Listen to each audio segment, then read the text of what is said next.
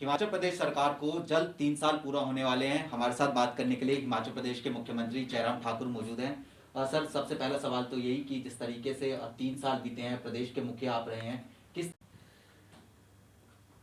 हिमाचल प्रदेश में ये 3 साल का कार्यकाल बहुत बेहतर गुजरा है और संतुलित विकास हुआ है। क्षेत्रवाद की सीमाएं और राजनीतिक दृष्टि से बहुत सारी बातें जो आपस में कटुता पैदा करती थी, उन तमाम सारी बातों को विराम दे करके हम आगे बढ़े हैं। ये बात सत्य है कि कोरोना के कारण हमारा 1 साल का कार्यकाल प्रभावित हुआ, बाधित हुआ, इसमें दो राय नहीं। लेकिन फिर भी उसके बावजूद भी मैं इस बात को कह सकता हूं कि हमने इस दौरान भी काम को रुकने नहीं दिया है, काम को गति देते रहे। आज भी हम हर जगह जहां भी जा रहे हैं, सैकड़ों करोड़ के उद्घाटन और शिलान्यास हर विधानसभा क्षेत्र में हो रहे हैं, जो जाहिर करता है कि जमीनी स्तर पर विकास हो रहा है, काम हो रहा है। आज भी मैं 200 करोड़ के शिलान्यास और उद्घाटन करके आया हूँ यहाँ सोलन जिला में। तो ऐसे में कि मैं कह सकता हूँ कि काम को गति देने का जो है इस संकट के, कोरोना के संकट के दौरान भी हमने काम किया है और मैं पूर्ण रूप से संतुष्ट हूँ। हिमाचल प्रदेश की जनता ने हर कदम पर सहयोग दिया है, समर्थन दिया है, आशीर्वाद दिया है। सर, हिमाचल प्रदेश के बारे में अक्सर ये कहा जाता है कि दूरगामी प्रदेश है, केंद्र सरकार की योजनाओं को यहाँ तक पहुँचने के लिए जो है काफ़ी समय लग जाता था। 3 साल के कार्यकाल में ये स्थिति अब बदली हुई नजर आ रही है। किस तरीके से आप इसको देख रहे हैं? देखो, बहुत सारा परिवर्तन है। अब वो परिस्थिति नहीं है, कठिन प्रदेश है, दुर्गम परिस्थिति, दुर्गम हमारे इलाके हैं और कठिनाइयाँ होती हैं। विकास को वहाँ पर आगे बढ़ाने में बहुत सारी दिक्कतों का सामना भी करना पड़ता है, लेकिन फिर भी उसके बावजूद भी मैं कह सकता हूँ कि हिमाचल प्रदेश में इस दौरान ऐसी कोई बात नहीं आई, कोई दिक्कत नहीं आई है। और हम आदरणीय प्रधानमंत्री नरेंद्र मोदी जी के बहुत आभारी हैं। हिमाचल को अपना घर की तरह सहयोग दिया, जो घर मानते हैं, वो इस बात का वो जिक्र हमेशा कहते हैं और हम सबको परिवार के सदस्य के रूप में उन्होंने जो है हिमाचल प्रदेश के लोगों को अपना स्नेह दिया, सहयोग दिया। सर, प्रधानमंत्री जी के जिक्र हो रहा है। प्रधानमंत्री जी अक्सर कहते हैं कि उनका जो विशेष लगाव वो हिमाचल प्रदेश से है। केंद्र में बीजेपी की सरकार है, प्रदेश में भारतीय जनता पार्टी की सरकार है। डबल इंजन की सरकार का किस तरीके से फायदा है वो हिमाचल वासियों को मिला है? सर, देखिए, मैं इस बात को कह सकता हूँ कि एक तो हिमाचल प्रदेश के लिए आदरणीय प्रधानमंत्री जी का स्नेह और प्यार हमेशा हमको मिलता रहता है, पहले से ही मिलता रहता है। और केंद्र की योजनाओं के माध्यम से हिमाचल प्रदेश में एक नहीं अनेक सेक्टर ऐसे हैं जहां खुल करके सहयोग मिला है। और सबसे बड़ी बात, वित्तीय दृष्टि से हिमाचल प्रदेश की परिस्थितियां बहुत बेहतर नहीं है आर्थिक दृष्टि से, क्योंकि पूर्व की सरकार ने बहुत तहस नहस व्यवस्थाओं को किया है आर्थिक रूप से हिमाचल प्रदेश में। और ऐसे में विकास को गति देना, विकास को आगे बढ़ाना, ये कठिन काम स्वाभाविक रूप से था। लेकिन फिर भी केंद्र की मदद से, विभिन्न योजनाओं के माध्यम से, विभिन्न प्रोजेक्ट्स के माध्यम से हमको सहयोग मिला, मदद मिली और जो मदद हमारे हिमाचल प्रदेश के लोगों के काम आई और हिमाचल विकास की राह पर आगे बढ़ पाया है। सर, भारतीय जनता पार्टी के लिए कहा जाता है कि वो हमेशा ही चुनाव की तैयारियां करती रहती है। हिमाचल प्रदेश में भी आने वाले समय में चुनाव है। अक्सर ये कहा जाता है कि 1 साल का जो काम होता है अंतिम, वो चुनाव की तैयारियों में निकल जाता है। तो आने वाले 1 साल में क्या ज़्यादा काम होते हुए दिखाई देंगे या किस तरीके से आप इस पूरे जो है सिनेरियो को देख रहे हैं? देखिए, मैं एक बात को बड़ा स्पष्ट कह रहा हूँ कि हमने पहले दिन से ही काम की शुरुआत की है। हम उन दलों की तरह नहीं, उन पार्टियों की तरह नहीं, उन नेताओं की तरह नहीं कि सरकार का 5वां साल जब आता है तब काम की घोषणाएं करना, काम की बातें करना, ये नहीं। पहले दिन से काम किया है, पहले दिन के काम की शुरुआत की। उसका परिणाम आपने देखा होगा कि लोकसभा के चुनाव में हिमाचल प्रदेश में 68 की 68 सीटों पर भारतीय जनता पार्टी की जीत हुई। चारों लोकसभा हम जीते।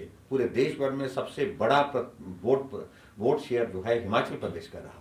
ये सारी बातें तभी संभव है जब हमने पहले दिन से काम शुरू किया हो। और आज मैं इस बात को कह रहा हूँ कि जहां आप कह रहे हैं कि चुनाव की तैयारी स्वाभाविक रूप से हम उस तरह से करते रहते हैं। उस संगठन को मजबूत करना, पार्टी को मजबूत करना, ये काम हमको करना ही है और करते भी है।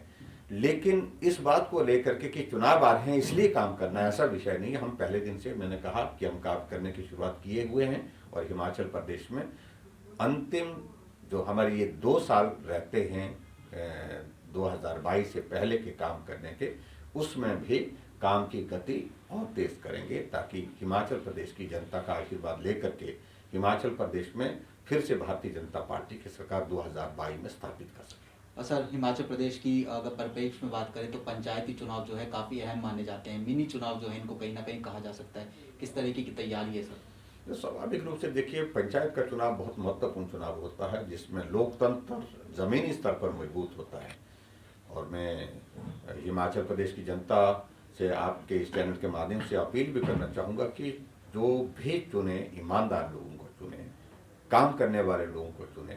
और हिमाचल प्रदेश में इस बात के लिए जो पंचायत के जो प्रतिनिधि होंगे, जब चुन करके आएंगे, उनके साथ हम विकास को गति देने की कोशिश करेंगे। और वहाँ पार्टी सिंबल पर चुनाव नहीं होता है और पार्टी सिंबल के बिना चुनाव होता है, लेकिन इसलिए मेरी प्राथमिकता है कि अच्छे प्रतिनिधि चुन करके आने चाहिए। सहयोग करने वाले, साथ चलने वाले प्रतिनिधि साथ में आए तो उसका अनेक तरह से उसका लाभ लोगों को मिलेगा। और सर, विकास की बात आप लगातार कर रहे हैं, लेकिन हिमाचल प्रदेश के चुनाव की बात करें तो परिपाटी ये रही है कि सरकार जो है बदलती हुई रहती है। इस बार ये परिपाटी टूटती हुई नजर आएगी? मैं इस बात को दावे के साथ कह सकता हूँ, अब की बार आप देखेंगे, ज्यों ज्यों चुनाव का दौर आएगा तो हिमाचल प्रदेश में आप देखेंगे हालात अपने आप ही इस बात को बता देंगे। हिमाचल प्रदेश में भारतीय जनता पार्टी की सरकार को हम रिपीट करेंगे। सर, कोविड की बात कर लेते हैं। कोविड जो है लगातार जो है देखने को मिल रहे हैं मामले। विपक्ष लगातार ये कह रहे हैं कि पहले जो हिमाचल प्रदेश में मामले थे वो कम थे, लेकिन जैसे जैसे जो है टाइम बीतता गया, सरकार में जो है कई कमियां रही, इसके कारण जो है प्रदेश में जो कोविड के मामले थे उनमें विस्तार देखा गया। इसको किस तरीके से देख रहे हैं विपक्ष के आरोपों को? मुझे उस बारे में कुछ नहीं कहने की आवश्यकता लगती है। हमने काम किया है।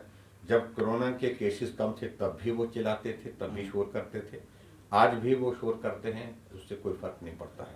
हमको काम करना है, अच्छा काम करना है, बेहतर काम करना। हम इस बात से सहमत हैं कि पिछले दिनों में मामलों में बढ़ोतरी हुई थी और उसके पश्चात हमने हिमाचल प्रदेश में सख्ती लागू की। और जो सख्ती लागू की उसका परिणाम ये हुआ कि अब हिमाचल प्रदेश में कोरोना को फिर से हमने अपने नियंत्रण में लाया है। और उस सख्ती का जिक्र करते हुए लोगों को असुविधा हो रही है, दिक्कत हो रही है, कठिनाई हो रही है, हम इस बात से सहमत हैं। जब सख्ती होगी तो स्वाभाविक रूप से उसका असर होगा, कठिनाई भी होगी, परेशानी भी होगी, लेकिन आदमी का जीवन महत्वपूर्ण है, इसलिए हमने सख्ती की।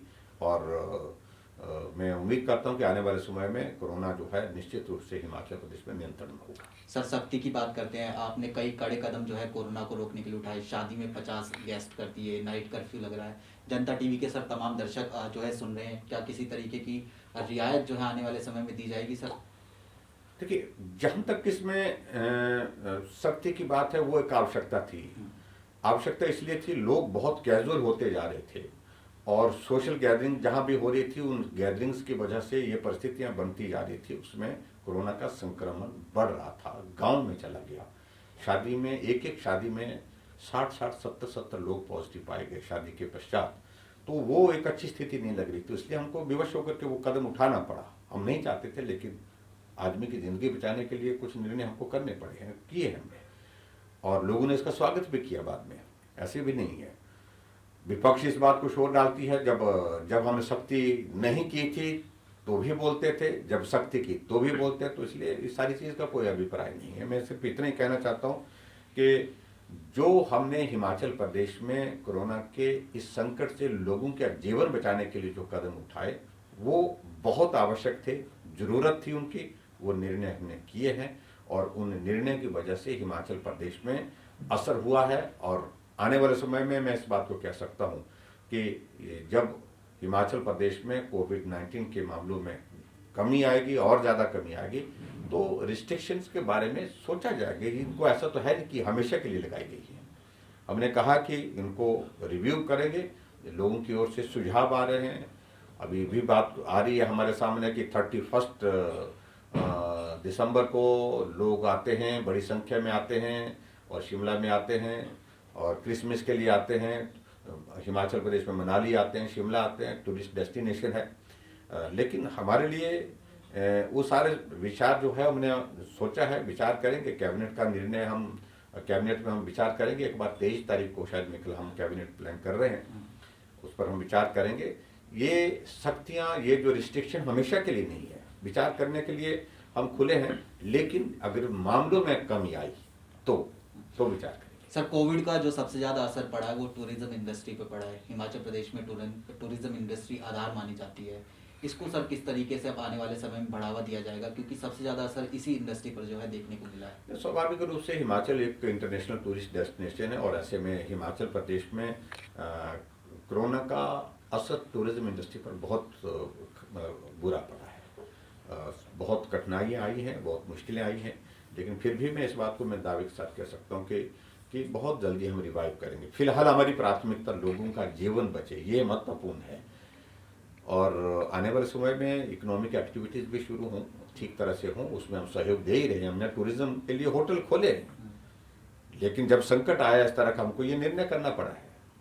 हमने होटल की इंडस्ट्री को बंद करने के लिए नहीं किया है, टूरिज्म को रोकने के लिए, टूरिस्ट को रोकने के लिए नहीं किया। हमने यही कहा है कि अभी हमको नियंत्रण करने के लिए ये करना आवश्यक है, और वो हमने किया है।